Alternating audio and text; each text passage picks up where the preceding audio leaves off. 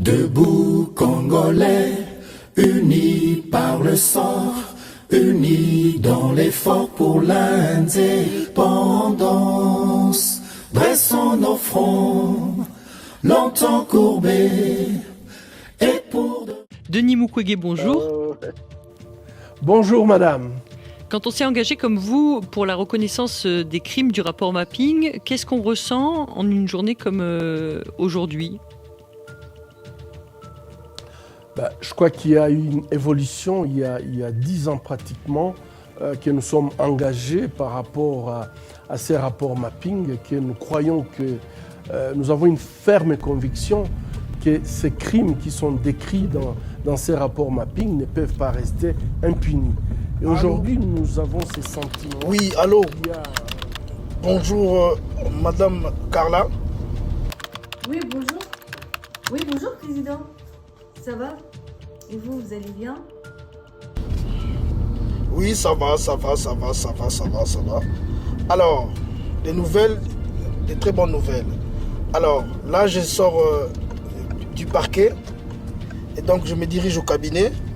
Et j'ai été saisi par les parquets afin d'obtenir une date de fixation d'audience sur l'affaire rapport Mapping.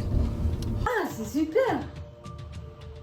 Alors, donc du coup, je pense que on va essayer de mettre clair tous ces dossiers.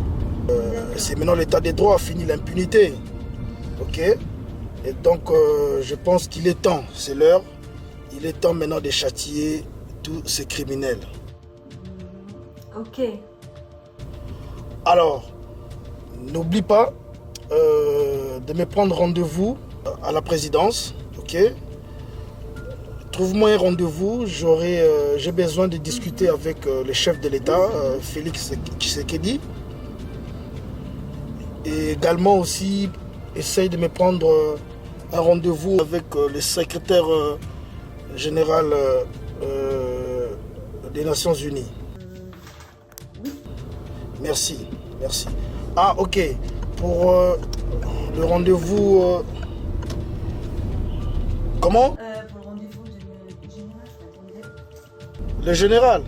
Ok, écoute, essaye de les renvoyer même dans 1 heure. Je suis en route de toute façon. 2 secondes, s'il vous plaît.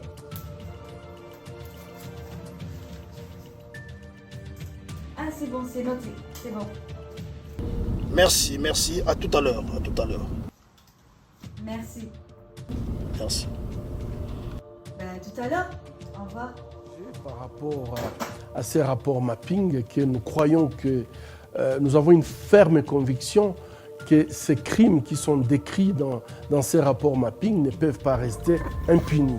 Et aujourd'hui, nous avons ces sentiments qu'il y a un réveil de la population congolaise qui commence à se poser des questions par rapport à ces rapports Mapping. Et effectivement, il faut absolument aboutir à ce que toute la population comprenne qu'on ne pourra pas faire la paix, qu'on ne pourra pas avoir un développement si on n'est pas à mesure de parler de notre passé et de pouvoir tout simplement se réconcilier. Et c'est la seule possibilité pour nous de passer à la réparation et construire un avenir meilleur. Pourquoi est-ce que aujourd'hui vous sentez justement ce réveil de la population congolaise? Vous pensez que c'est dû à quoi? Alors, moi de mon côté, ça va. Je crois que chaque chose prend peut-être son temps. Alors, on m'a confié un dossier. C'est un dossier rapport Mapping. C'est un dossier de 1993 jusqu'en 2003. Donc 10 ans après, il faut qu'il y ait de la lumière. J'ai discuté avec le président de la République. Nous devons installer très rapidement un tribunal pénal international ici au Congo. On pourra juger tous ces criminels qui sont toujours en train de tirer les ficelles pour étouffer la vérité. Or, la justice élève la nation. Donc, je pense qu'on ne peut pas évoluer comme ça sans juger ces personnes. Alors, c'est par là aussi on m'a confié un dossier. C'est disent que je suis un juge très bien réputé. Alors on m'a donné un dossier de cet homme ici. C'est top secret. Hein. Alors, il avait la Suédoise d'origine chilienne, Zaida Catalan, et l'Américain Michel Sharp. Ce sont les experts de l'ONU qui ont été abattus sauvagement. Ils étaient venus en République démocratique du Congo, plutôt, je dirais, au Kasaï, les deux experts qui ont été assassinés. Alors jusqu'à présent, il n'y a jamais eu un procès équitable. Et il y avait toujours, on étouffait toujours le dossier. Et là, maintenant, je pense que c'est le cas de voir. Il faut une lumière sur ça. Et donc, je pense que nous allons plus céder aux intimidations. Donc, ensemble, avec certains partenaires et les OPJ qui m'ont fourni des informations lors des enquêtes. Donc, je vais vous donner les copies que vous allez imprimer. Une idée qui me revient. Et si on faisait appel à un artiste que je connais pour essayer de représenter ces tragiques, ces massacres qui se sont passés en République démocratique du Congo, ça pourrait conscientiser aussi les jeunes de nos jours, parce qu'à travers l'art aussi on passe un message, c'est tout à fait historique. Alors j'ai pensé à un artiste qui peut faire des séries de tableaux. Je pense qu'on pourra exposer et on va aussi les mettre en valeur. Parce que de nos jours, la puissance de l'art, c'est une puissance que les gens, on doit donner à certaines personnes le goût de l'art. Et je pense qu'il y aura aussi des interpellations à travers ces œuvres. Parce qu'il doit démontrer, il doit dénoncer à travers tous ces fausses communes qui se sont passées. Je pense que c'est très important. Donc n'oubliez pas de dire aussi à la personne qui est venue de la part du général, oui, donc il peut entrer. Il n'y a pas de problème. Merci beaucoup, madame.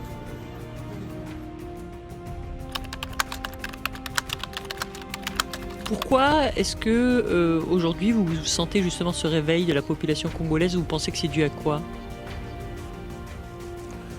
Je crois que chaque chose prend peut-être son temps. Vous savez, la population congolaise, depuis plus de 20 ans, cette population vit dans un traumatisme très profond. Et finalement, le fait de ne pas s'exprimer, le fait de vivre dans une servitude volontaire, c'est puisque tout simplement, les bourreaux sont en liberté. Ce sont les bourreaux qui parfois représentent l'administration. Ils sont dans l'armée, ils sont dans la police. Et vous pouvez très très bien comprendre qu'une population qui vit en contact de ces bourreaux en permanence puisse adopter parfois des comportements qui sont des comportements anormaux, le silence en fait, ou la peur tout simplement. Mais je crois que le fait que ces crimes sont restés impunis et que les bourreaux, ce sont aujourd'hui eux qui sont supposés assurer la sécurité de cette population. Oui, mon général. Je m'en suis laissé entendre dire que ce fameux juge s'est occupé du dossier mapping. Je ne vous cache pas que moi-même ainsi que bon nombre de mes partenaires ont beaucoup à perdre si jamais cette affaire venait à sortir. Et si le juge s'entête, il y aura effectivement un procès. Je compte sur vous pour vous occuper de cette affaire pour éviter que ce dossier sorte. Sinon, je ne pourrai plus garantir votre sécurité. Je vous laisse vous occuper de ça. Au revoir.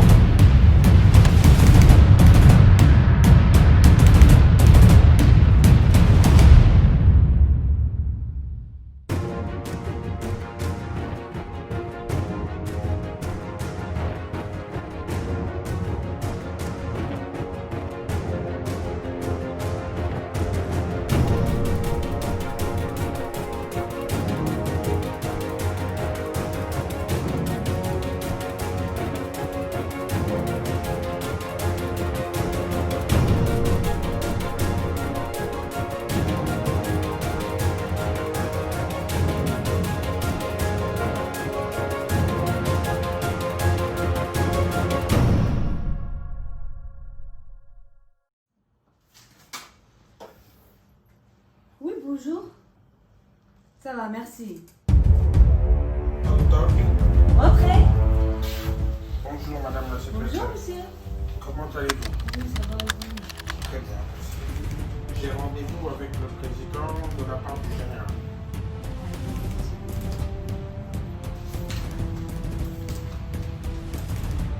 Ah, oui. Effectivement, vous avez raison. Mais par contre, il faut patienter parce que le président il est occupé. Si vous voulez, vous patientez de la salle d'attente, s'il vous plaît. Ok. Merci.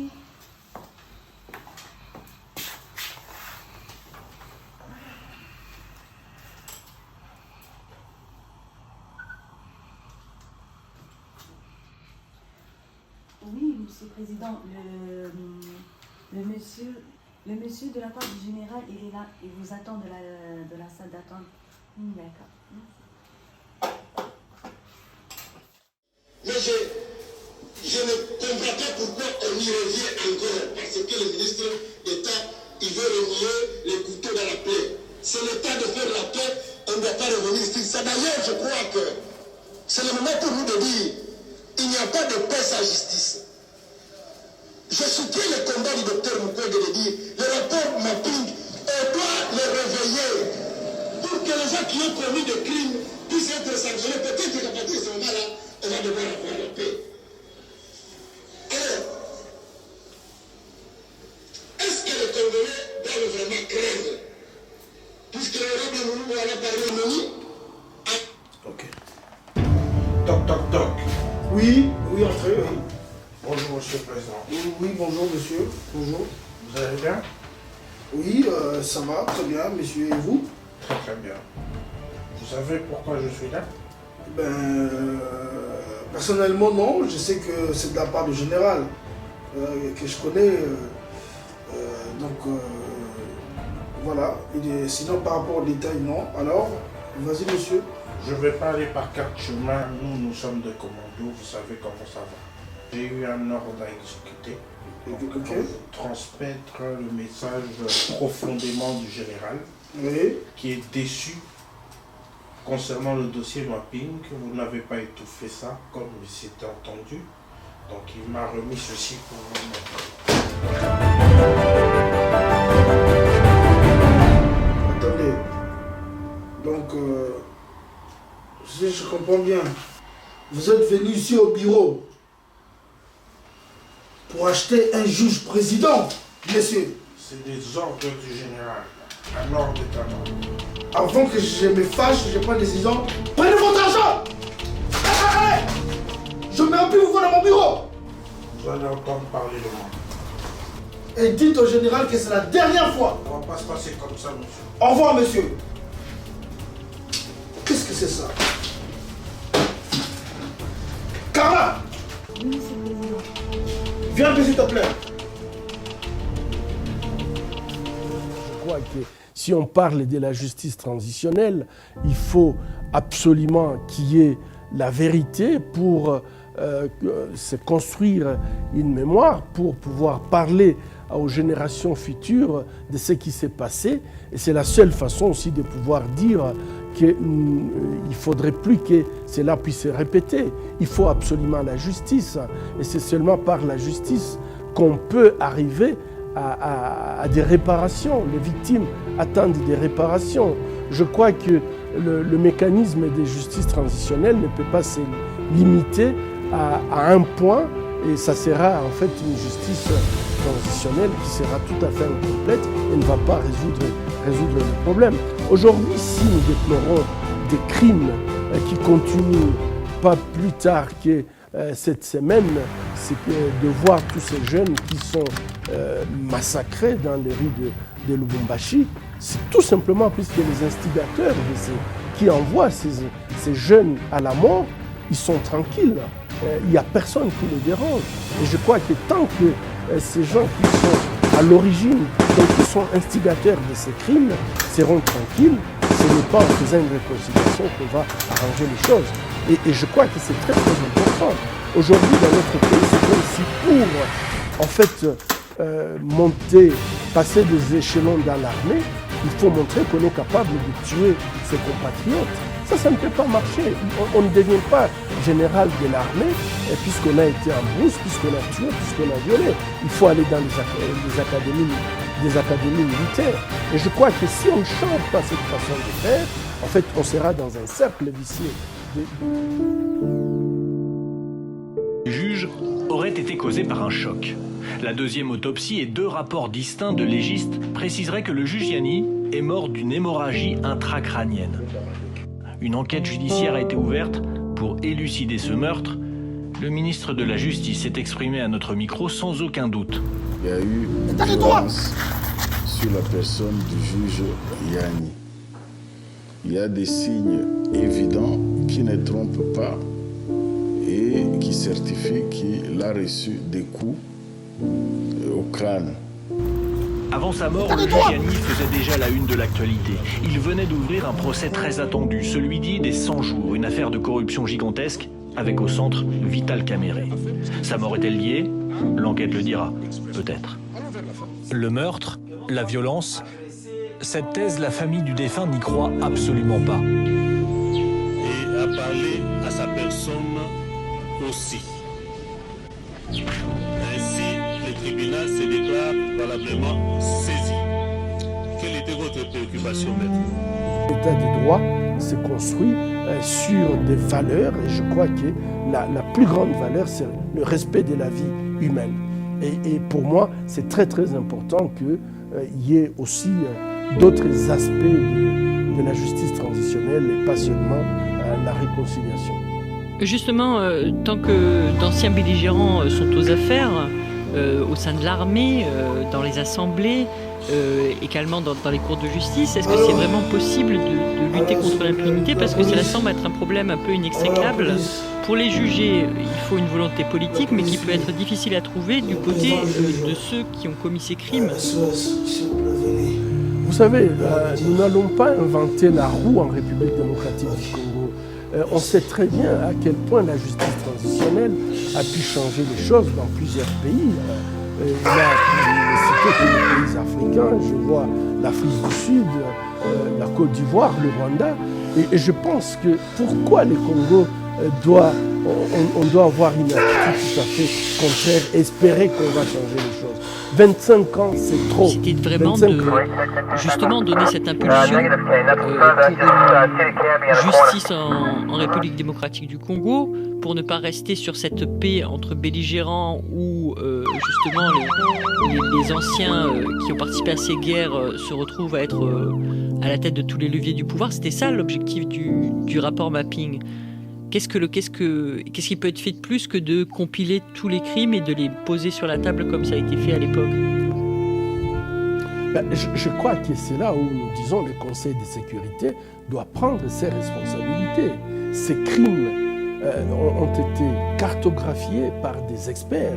Ils n'ont pas raconté des histoires, des contes des faits. Ils ont compilé des documents, ils ont parlé avec des témoins et ils ont apporté en fait, au niveau des Nations Unies, des éléments qui devraient... Oui, mon général. Oui, allô? Qu'est-ce que c'est que cette affaire? Je vous ai payé de l'argent pour éliminer le juge et là, vous avez échoué. Comment ça, chef? Mes éléments ont vidé le chargeur sur le monsieur, sur le juge. Non, je vous dis que le juge n'est pas mort, il est toujours en vie. Je vous laisse vous occuper de me faire le nettoyage. Et vos sommets, s'ils ne sont pas capables de faire le travail, je vous demande de les éliminer. Moi, je me dirige vers l'aéroport, je quitte le pays. Vous avez 1 heure pour faire le nécessaire. Au revoir. Oh, putain. Laisse-moi prendre soin de ça et je vous reviens, chef.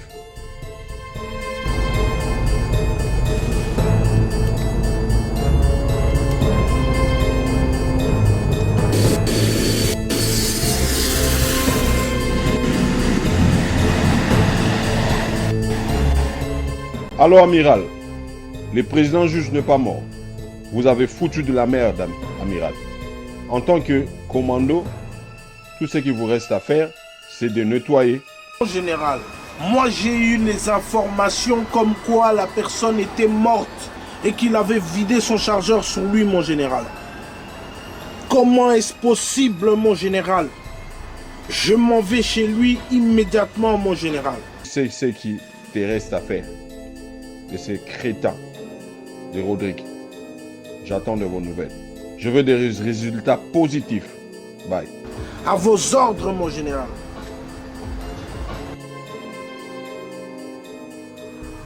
Oui, allô, amiral. Oui, oh, mon cher. Tu es chez toi, Rodriguez. Oui, moi je suis à la maison. Je suis en train de fêter là, c'est la fête. L'oiseau blé que je viens de biter là. Donc il faut que vous veniez là à la maison, donc on va fêter ensemble. Je me pointe chez toi immédiatement, Rodriguez. Le code de l'entrée est toujours le même. Ah ouais, pour le code, oh, c'est la maison, mais montez, je suis là à la maison. Je prends mes champagnes là. C'est bon déjà, j'ai tout fini, j'ai tout fait. Oui. Ok, impeccable. Je suis là dans 10 minutes, Rodriguez.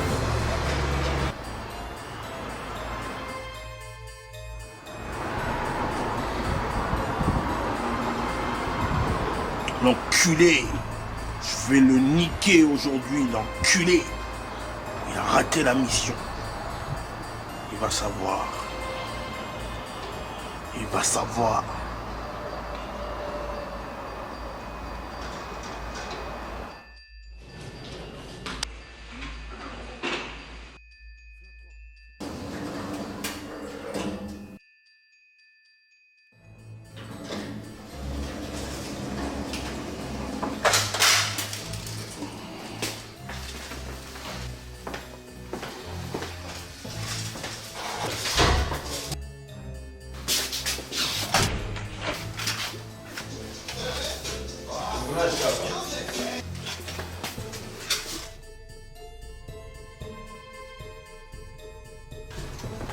Tu n'as pas exécuté les ordres.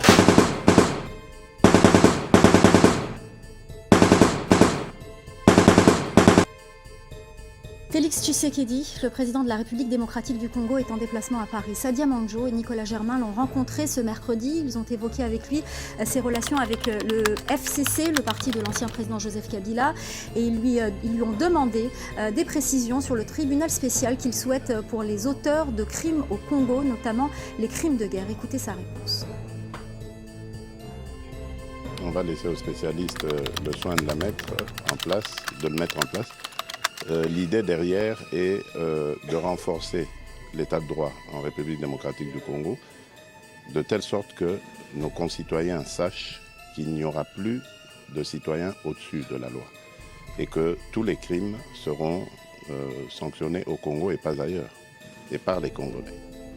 Et vous pensez qu'un tribunal spécial, c'est ce qu'il faut, comme il y en a eu par exemple en Sierra Leone, dans d'autres pays? Oui, spécial pour les crimes spécialement commis en République démocratique du Congo, mais ce sera épisodique. Pour le reste, c'est la justice que nous voulons renforcer, et donc par la justice, l'état de droit. Parce que certains Congolais disent que certains qui ont commis des crimes pendant la Deuxième Guerre du Congo sont encore dans des postes de pouvoir aujourd'hui. Oui, c'est possible, mais bon, ce n'est pas à moi, président de la République, de commencer à les rechercher, ni de faire la loi à la place de la justice. Donc nous laisserons à l'institution justice le soin de le faire.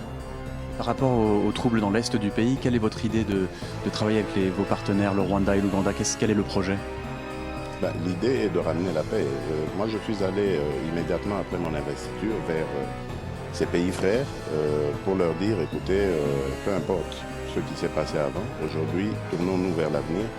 Nos peuples ont besoin d'un mieux-être, nos pays ont besoin d'intégration et nous avons besoin d'échanger entre nous pour accroître notre économie, renforcer nos capacités et échanger nos expériences. Je crois que le message est passé. Aujourd'hui, les relations sont très bonnes avec nos voisins, tous nos voisins, et je m'en réjouis. Et quelles sont vos relations avec les alliés de Joseph Kabila en ce moment? Lesquels alliés? Je n'ai pas compris. Le FCC.